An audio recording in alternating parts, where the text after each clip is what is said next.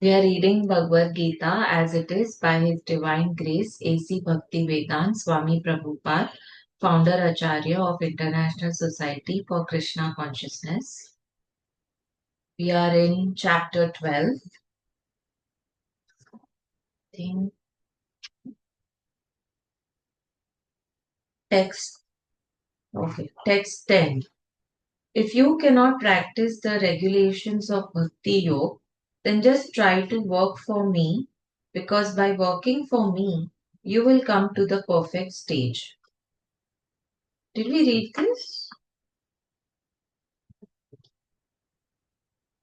Okay, anyways, let's read it. Let's read the purport. One who is not able to even practice the regulative principles of Bhakti Yoga under the guidance of a spiritual master can still be drawn to this perfectional stage by working for the Supreme Lord. How to do this work has already been explained in the 55th verse of the 11th chapter. Yes, we read this. We have to go on text 11. Yes. Let's move to text 11. If, however, you are unable to work in this consciousness of me, then try to act giving up all results of your work and try to be self situated. Yes. Let's read the purport. It may be that one is unable to even sympathize with the activities of Krishna consciousness because of social, familial, or religious considerations, or because of some impediments. If one attaches himself directly to the activities of Krishna consciousness, there may be objectives from family members. There may be objections from family members or many other difficulties. For one who has such a problem, it is advised that he sacrifice the accumulated result of his activities to some good cause. Such procedures are described in the Vedic rules. There are many descriptions of sacrifices and special functions of punya or special work in which the result of one's previous action may be applied. Thus, one may gradually become elevated to the state of knowledge. It is also found that when one who is not even interested in the activities of Krishna consciousness gives charity to some hospital or some other social institution, he gives up the hard earned results of his activities. Hmm. That is also recommended here because by the practice of giving up the fruits of one's activities, one is sure to purify his mind gradually. And in that purified state of mind, one becomes able to understand Krishna consciousness.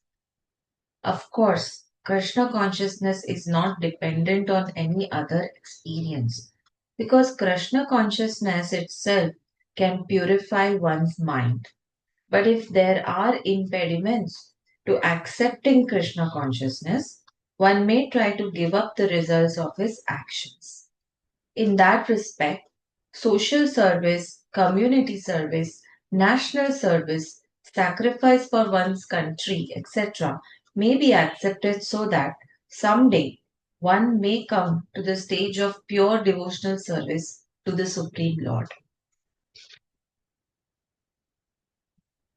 In the Bhagwat Gita 18.46, we find it is stated, Yataha pravittir bhutanam.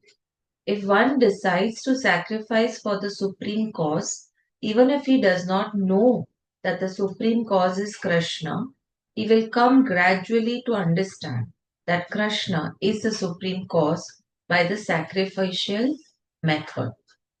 Yes, very interesting. Let's move to text 12. If you cannot take to this practice, then engage yourself in the cultivation of knowledge. Better than knowledge, however, is meditation, and better than meditation is renunciation of the fruits of actions. For by such renunciation, one can attain peace of mind. Yes. So we do all these activities for fruits. But let's say if we give away those fruits and we still continue to do all the activities. So of course it will give us peace of mind because we are not attached to the fruits and we are just doing it. Let's move to let's read the purport. As mentioned in the previous verses, there are two kinds of devotional service: the way of regulative principle and the way of full attachment in love to the Supreme Personality of Godhead. For those who are actually not able to follow the principles of Krishna consciousness, it is better to cultivate knowledge, because by knowledge one can be able to understand his real position. Gradually, knowledge will develop to the point of meditation. By meditation, one can be able to understand the Supreme Personality of Godhead by a gradual process. There are processes which make one understand that one himself is the Supreme, and that sort of meditation is preferred if one is unable to engage in devotional service. If one is not able to meditate in such a way, then there are prescribed duties as enjoined in the Vedic literature for the Brahmanas, Kshatriyas, Vaishyas, and Shudras, which we shall find in the last chapter of Bhagwat Geeta. But in all cases, one should give up the result or fruits of labor. This means to employ the results of karma for some good cause. In summary, to reach the Supreme Personality of Godhead, the highest goal, there are two processes. One process is by gradual development, and the other process is direct. Devotional service in Krishna consciousness is the direct method, and the other method involves renouncing the fruits of one's activities. Then one can come to the stage of knowledge, then to the stage of meditation, and then to the stage of understanding the super soul, and then to the stage of Supreme Personality of God. Yeah, so there are so many stages. So one may take either the step by step process or the direct path. The direct process is not possible for everyone. Therefore, the indirect process is also good. It is, however, to be understood that the indirect process is not recommended for Arjun because he is already at the stage of loving devotional service to the Supreme Lord. It is for others who are not at this stage. For them, the gradual process of renunciation, knowledge, meditation, and realization of the Super Soul and Brahman should be followed. But as far as Bhagavad Gita is concerned, it is the direct method that is stressed. Everyone is advised to take to the direct method and surrender unto the Supreme Personality of Godhead, Krishna. Let's move to text 13 and 14. One who is not envious but is a kind friend to all living entities, who does not think himself a proprietor and is free from false ego, who is equal in both happiness and distress, who is tolerant, always satisfied, self controlled, and engaged in devotional service with determination, his mind and intelligence fixed on me, such a devotee of mine is very dear to me. Let's read the purport. Coming again to the point of pure devotional service, the Lord is describing the transcendental qualifications of a pure devotee in these two verses. A pure devotee is never disturbed in any circumstances, nor is he envious of anyone. Nor does a devotee become his enemy's enemy. He thinks, this person is acting as my enemy due to my own past misdeeds. So it is better to suffer than to protest. Yes, that's how we think. In the Srimad Bhagavatam 10.14.8, it is stated, Tatte Nukampam Su Samiksha Mano Bhunjana ev, Evatma Kritam Vipakam. Whenever a devotee is in distress, or has fallen into difficulty, he thinks that it is the Lord's mercy upon him. He thinks, thanks to my past deeds, I should suffer far, far greater than I am suffering now. So it is by the mercy of the Supreme Lord that I am not getting all the punishment I am due. I am just getting a little by mercy of the Supreme Personality of Godhead. Therefore, he is always calm, quiet, and patient despite many distressful conditions. A devotee is also always kind to everyone, even to his enemy. Nirmama means that a devotee does not attach much importance to the pains and troubles pertaining to the body. He does not identify with the body. Therefore, he is freed from the conception of false ego and is equipoised in happiness and distress.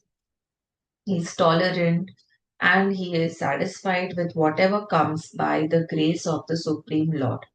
He does not endeavor much to achieve something with great difficulty. Therefore, he is always joyful.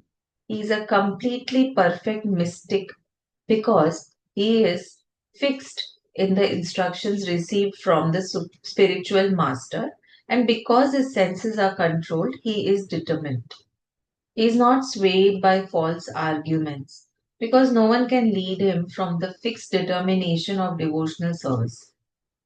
He is fully conscious that Krishna is the eternal Lord, so no one can disturb him. All these qualifications enable him to fix his mind and intelligence entirely on the Supreme Lord.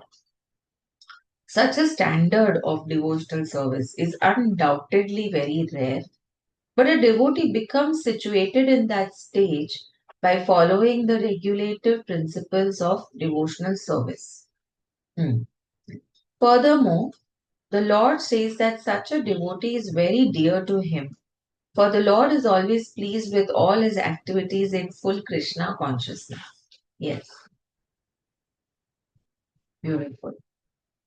Let's move to text 15. He by whom no one is put into difficulty and who is not disturbed by anyone, who is equipoised in happiness and distress, fear and anxiety, is very dear to me. I think it came again. Huh? Let's read the purport. A few of the devotees' qualifications are further being described. No one is put into difficulty, anxiety, fearfulness, or dissatisfaction by such a devotee. Such a devotee is kind to everyone. He does not act in such a way as to put others into anxiety. At the same time, if others try to put a devotee into anxiety, he is not disturbed. It is by the grace of the Lord that he is so practiced that he is not disturbed by any outward disturbance. Actually, because a devotee is always engrossed in Krishna consciousness and engaged in devotional service, such material circumstances cannot move him. Generally, a materialistic person becomes very happy when there is something for his sense gratification and his body. But when he sees that others have something for their sense gratification and he hasn't, he is sorry and envious. Yes. When he is expecting some retaliation from an enemy, he is in a state of fear. And when he cannot successfully execute something, he becomes dejected. A devotee who is always transcendental to all these disturbances is very dear to Krishna. Yes. Let's move to text 16.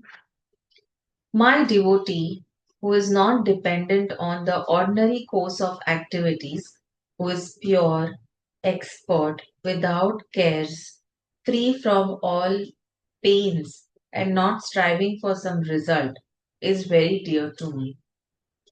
Let's read the purport. Money may be offered to a devotee, but he should not struggle to acquire. If automatically, by the grace of Supreme, money comes to him, he is not agitated. Naturally, a devotee takes a bath at least twice in a day, and rises early in the morning for devotional service. Thus, he is naturally clean both inwardly and outwardly. A devotee is always expert because he fully knows the essence of all activities of life and is convinced of the authoritative scriptures. A devotee never takes the part of a particular party. Therefore, he is carefree. He is never pained because he is free from all designations. He knows that his body is a designation. So, if there are some bodily pains, he is free. The pure devotee does not endeavor for anything which is against the principles of devotional service. For example, constructing a big building requires energy, and a devotee does not take to such business if it does not benefit him by advancing his devotional service. So he may construct a temple for the Lord, and for that he may take all kinds of anxiety, but he does not construct a big house for his personal relations.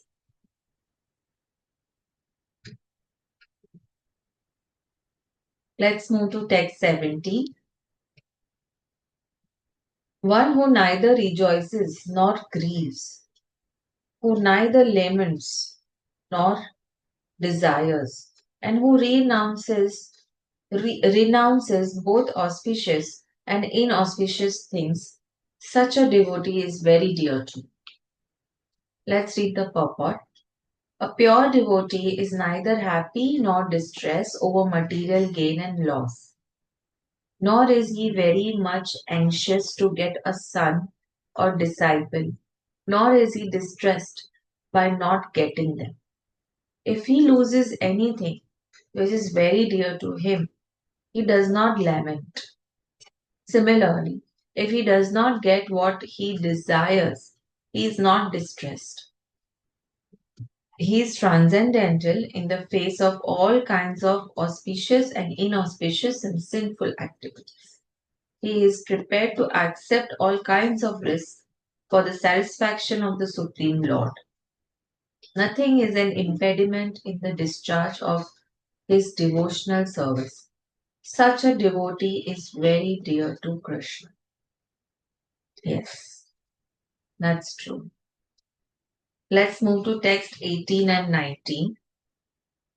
One who is equal to friends and enemies, who is equipoised in honor and dishonor, heat and cold, happiness and distress, fame and infamy, who is always free from contaminating association, always silent and satisfied with anything, doesn't care for any residence, who is fixed in knowledge and who is engaged in devotional service, such a person is very dear to me.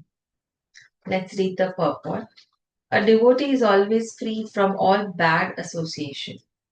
Sometimes one is praised and sometimes one is defamed. That is in the nature of human society. But a devotee is always transcendental to artificial fame and infamy, distress or happiness. He is very patient. He does not speak of anything but the topics about Krishna. Therefore, he is called silent. Silent does not mean that one should not speak. Silent means that one should not speak nonsense. Yeah, right. One should not speak only of essentials. And the most essential speech for the devotee is to speak for the sake of the Supreme Lord. Yes. A devotee is very happy in all conditions. Sometimes he may get very palatable foodstuffs, sometimes not. But he is satisfied. Nor does he care for any residential facility. He may sometimes live underneath a tree, and he may sometimes live in a very palatial building. He is attracted to neither. He is called fixed because he is fixed in his determination and knowledge. He may find we may find some repetition in the descriptions of the qualification of a devotee, but this is just to emphasize the fact that a devotee must acquire all these qualifications. Without good qualifications, One cannot be a pure devotee. Haravabhakshastya kuto mahat gunaha. One who is not a devotee has no good qualification. One who wants to be recognized as a devotee should develop the good qualifications. Of course, he does not extraneously endeavor to acquire these qualifications, but engagement in Krishna consciousness and devotional service automatically helps him develop them. Yeah. See, so easy it is. Let's move to text 20. I think this is the last text of chapter 12. Those who follow this imperishable path of devotional service and who completely engage themselves with faith, making me the supreme goal, are very, very dear to me. Yes. Let's read the purport. In this chapter, from verse 2 through the end, from Maya Aveshya Mano Ye Mam, fixing the mind on me, through Yetu Dharmamratam Idam, this religion of eternal engagement, the Supreme Lord has explained the processes of transcendental service for approaching Him. Such processes are very dear to the Lord, and He accepts a person engaged in them. The question of who is better, one who is engaged in the path of impersonal Brahman, or one who is engaged in the personal service of Supreme Personality of Godhead, was raised by Arjuna. And the Lord replied to him so explicitly that there is no doubt that devotional service to Personality of Godhead is the best of all processes of spiritual realization.